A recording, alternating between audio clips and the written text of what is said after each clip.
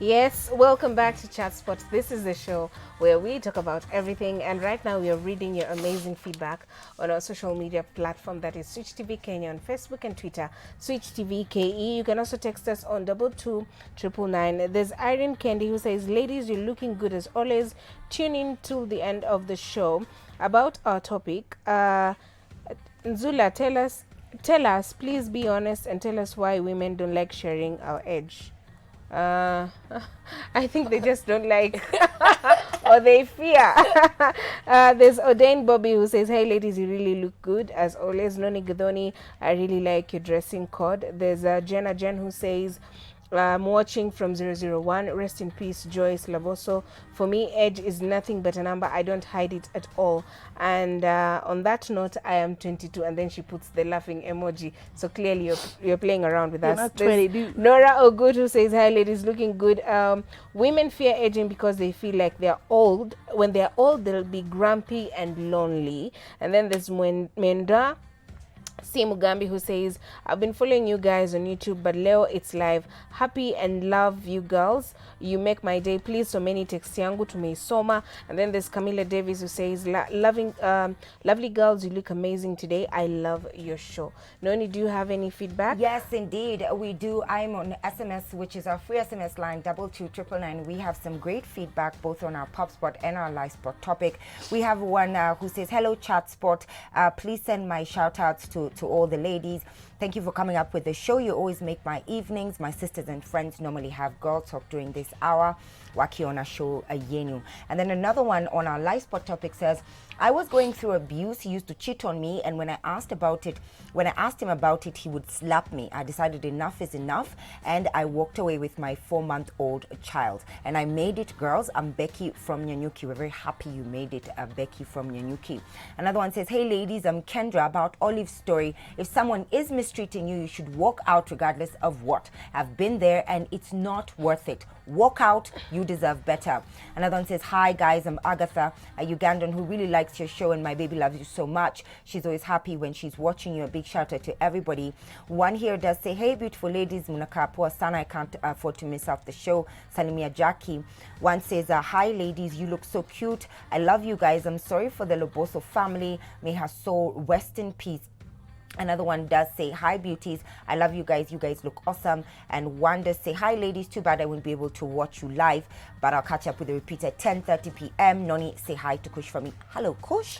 Hi, Jackie will be introducing our guest who's in studio. So guys, our guest is in studio today. She is a female gospel artist. She's a songwriter and also a beautiful song singer.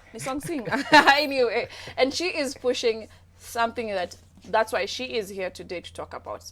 So guys, welcome the one, the beautiful, the one and only Libby Ndambo. Yes. I had to do this. Nikumbuke nikingoa and Kikuyu is Ndambo. Ndambo. Got it. Yes. Hi Welcome. Libby. Hi. Welcome to the show. Thank you for having me. Great. So maybe you can introduce yourself to us for those who may not know you. So I'm Libby Ndambo. I am a singer-songwriter. Professionally, I work in media, so I do graphics and design for a company. Yes. Awesome. So today you came in as a gospel singer, but there's something you're trying to push out there. Tell us Yes. about it.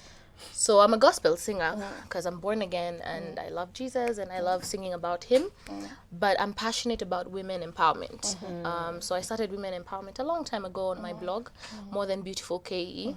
But then I figured, what are we doing as artists pushing the agenda about sexual, gender-based violence? And I was so angry because no one talks about it in terms of art. Like if you look at the gospel songs that are being brought out, they talk about God, and that's good. But God has something to say about what women are going through and what men are going through with regard to sexual gender-based violence. So I decided to write a song called Rise Again. It took about 16 months. Between the first time I wrote the verses to now researching and now the release of the song. So finally I released the song in June 1st of this year. Awesome. And the same song is part of your campaign. Yes. So what made you come up with this idea? A couple of friends of mine were raped. And I'm not talking about just raped on the streets, raped by people they trusted, and raped by people who were Christians. And so, you know, when someone gets raped, you don't even know what to say. You don't know how to help them. So I called up a friend of mine, she's an actor, and I told her, we need to do something. So we started discussing and looking at the tools that were used in starting revolutions. And one of them was music.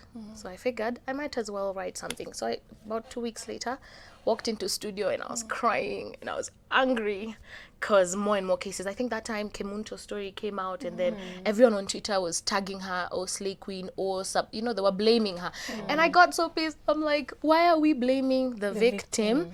Yet it's someone's choice and act. You know, when we blame the victim, especially when we put the tag Slay Queen, we forget what the person did. So we lose focus and Kenyans forget easily. So the guy goes scot-free. Yes. Can I take you a little bit back about your music? How did you start singing? When did you start singing? I was a Sunday school baby, so I started singing Kitambo. Church. Yeah, but one of a musician I really respect, he's called Israel, picked me out and he just started mentoring me and teaching me how to write songs. So we'd write songs about what we're feeling. And then I started professionally 2016. I held my first concert called The Expressions, and then that's when the journey began. But I've been doing this since 2009. Yes. Interesting. And it's a beautiful agenda. Yeah, and I think that's the most interesting thing about the topic you've just brought up, because it has such a broad spectrum that it covers in this case, especially because, as you said, gender-based violence, I think, both in the industry, just let's call it in the entertainment industry, is so big. Yes. And as you've just said many times, that a lot of people do believe these things would happen to them or would happen from people who they don't know. But in this case, it happens from people who they know. Yes. What have you learned from this experience in terms of, or rather from what you've experienced? Have you found that this is something that in the industry that people are willing to have spoken about based on your experience? Or do you find that it's still a bit of a taboo topic? Both questions, yes. Taboo topic, yes, especially amongst guys who assume we're elite. For example, after starting to talk about it on my social media platforms, men would text me and ask me, how is a man raped? Now this is someone who has a degree and masters asking, how is a man raped? But the truth is, guys are raped, you know. So just by that simple fact, very many people don't have the facts. People don't know. Having the Sexual Offences Act forbids anyone to have a sexualized conversation with a child. People don't know that. When you're talking about marital rape, people assume You're married. we are married, it's my right. True. But then we forget that sex is a gift that is given. And it's an expression of love. When it becomes an exertion of power, it becomes rape. So people don't know how to differentiate the two. So you find many women suffering because they think, if we're having sex, we're in love. But then sex should be that expression of love, you know. Or rather, other women feel if I award you with sex, you're gonna love me. Yes. So people actually, oh wow, okay. Yes. Anyway, we always play games. Yeah, Right. Kwa serious mpaka. Hey, acheni tuchangamke. So talking about love, right about now games, but alafu niwaambie tunafanya nini.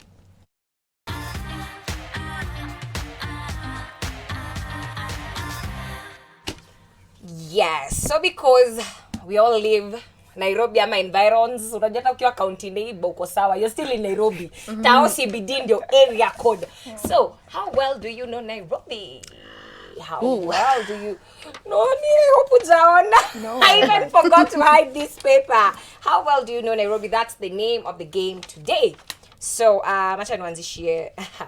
It was the first mall in Nairobi. Sarit or Miss Village Villa, Market? No, Not Sarit really. came first. Sarit Center or, Village Yaya Market? Center? Yaya Center. Kuna kitu ka the mall.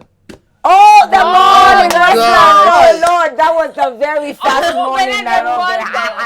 The mall in I was Westland. trying to think. Yeah, you're right. That Yeah. is it. It's correct. Yeah. Like, you know, Correct. Yeah. Singienda huko. That's why it was called the mall. Yeah, that's Yeah. the mall. Just the only one. The mall. So a landmark mosque featuring a traditional Arabic design with imposing twin and 3 silver domes. Koja? Jumia. Yeah, Jamia. Jamia Mosque. Okay.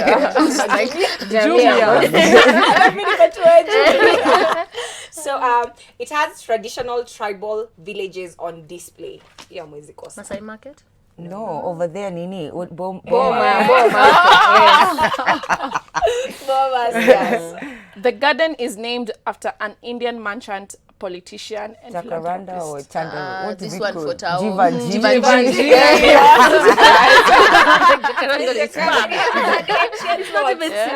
It's named after an Indian merchant.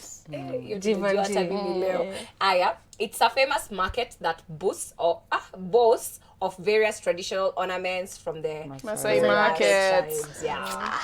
It's a place famous for zip lining. The forest. Yeah. Awesome. Y'all didn't know. I'm just like, There's one in Limuru. There's the forest. there's the forest. Historic gardens with walking paths and monuments honoring the first place Kenya's flag was flown. Langata huko, Langata Uhuru Gardens. Uhuru Gardens. Approximately how many people are in Nairobi? So it's a legal, like, A lot. for real. If you guys listen to it's always said every time. 2 million. It's a lie. You can never know the real amount. No, that's too much. You guys are Okay. high. 2 million. 32. Almost. Of course not. 3 million, 3.5. Yeah, 3.5 million. 3.5, 4 million. Yeah. Kwa tumecheza take. mbali sana. I think we are more than We are that. more. Honestly. We are more. Census basi, tufanye census. Hiyo story. Aya, hikers and picnickers regularly ascend these sloping Uhuru Park. peaks, boasting scenic valley and city views. Sisi Uhuru Park. Ngong. Yeah. Long Yes, Hills. CBD. Oh. Lakini Ngong Hills iko Nairobi. No, ukiishi It Nairobi said it lazima has the ujue. view from those sides. See, you Yeah, can see yeah. the view. Very good. Oh. Okay. It's a new building famous for its glass walk. It's a new building. Oh, it is. famous. And it The one in Upper Hill. What's the name? It's What's the name of called, the building? It starts with the L. It's 2 words. I don't know why, but I can't remember. Imagine to your building. That unajua tu kuiona. Yeah. It's called Lemak. It should have Towers. just given us Lemak Towers. Yeah, Lemak Towers. Zako Yeah. zimeisha mama. Zangu zimekadai, Hata mimi zangu zimedai. Yes, so we go on a short commercial break. We'll be right back after this.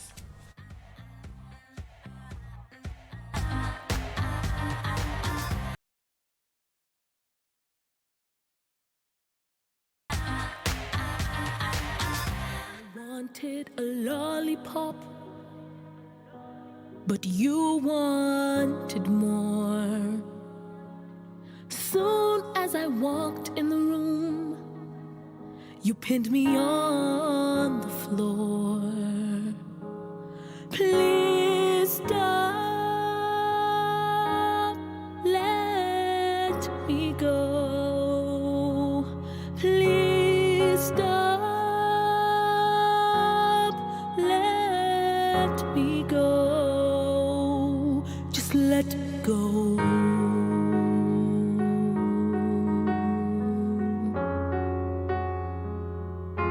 Just let me go.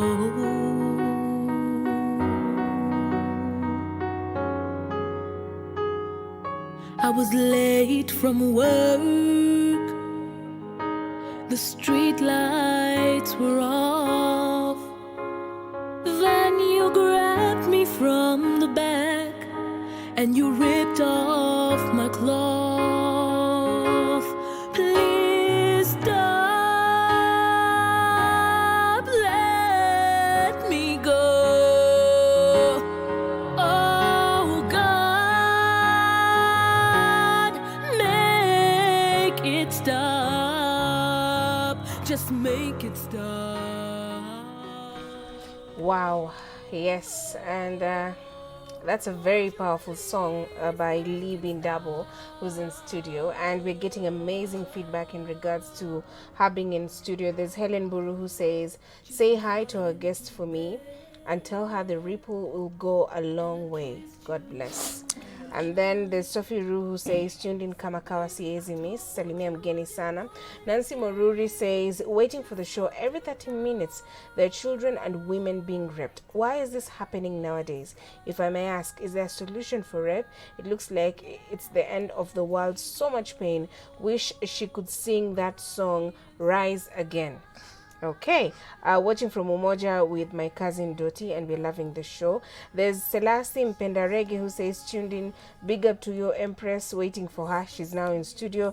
Eman James says, "What action should the government take to make sure that that they deal with rape? She's amazing. Oh my God." And then there's Monica Njoroge who says, Eldoret is well represented." And Irene Kendi says, "Tuned in, but rape should be a topic because nowadays our kids are raped by close family members and they don't talk because as parents don't have that free relationship with our kids that they can be able to trust us with anything they tell us."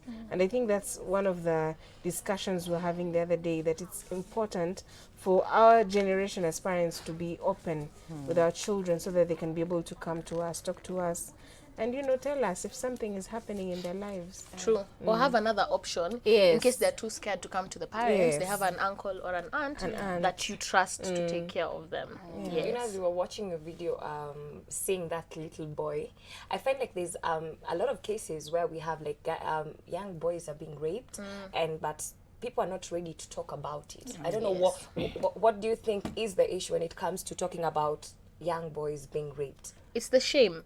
Boys are supposed to be hard. You don't expect a boy to be raped. They're stronger in terms of their body physique. So families feel that, one, boys shouldn't be raped, so they're in denial. Two, the shame that comes with it. Ati uliacha kijana wako aripiwe aje, So what they do, they decide, let's pay hush money, or let's keep it quiet. It's an uncle who maybe is the top of the family line, the one who's the provider. Or it's the father who's the provider and the wife is at home and thinking, if I take this to court and he goes to jail, who will provide for the home? So there's many aspects about now that when you're talking about children, you're talking about even children being raped in the church by pastors. Yes. And then now they go back home to family members who see the pastor as the epitome of Society. the society, See the pastor as their father. yeah, haezi fanya makosa. So then we see people who are above the law. So let me add on to that, and just to add on to because she asked why it's so important to talk about rape, because we have a very young audience that watches us, and I'm hoping that a conversation like this can make people know that this is something that can be spoken about. How do you also feel about how our law enforcement agencies handle these matters? Because I know that a lot of people do say that, they say, why even bother going, to the police or going to report these things? Do you feel that we have, that we slack in our law enforcement in terms of taking these cases seriously? And is that one of the things that deters people from reporting or from bringing these cases forward? Yes.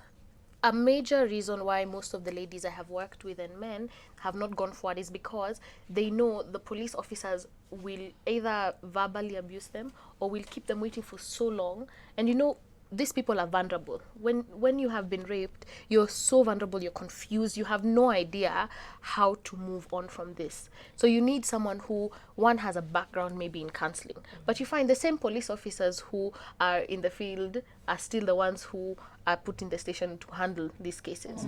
And there are men who believe that the woman is to submit. Yeah. You get the old school type. So you have a case where we were taking a lady to report a case, and she told the story, and then the police officer was like, "But mbona hukumlipa?" It was a cab driver. "Mbona hukumlipa?" So when you have someone who already attacks you as the first person, there's no way you'll go. Yeah. Yes. All right. And then on that note, I think it's very important for someone like you to share 5 of the most important things that you should consider or do if you find yourself in such a situation.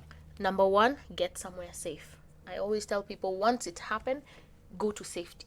2, call someone who can help you. You know, at that time you can't think, you can't process information. So get someone else who at least is sober at the moment to talk for you, to take you to the places. Thirdly, called GVRC. GVRC is the main Nairobi Women's. They handle cases like those, and they do free rescues, and they'll do treatment. They'll give you everything that you need in terms of the medical process. They'll even shelter you for 24 hours until you're able to leave the hospital, and they'll keep the evidence they have when you want to now take it legally. You can go and get the information. 3, do not shower because of how invasive rape is. You feel the filth. You feel probably his smell is still on your body because his odor is there.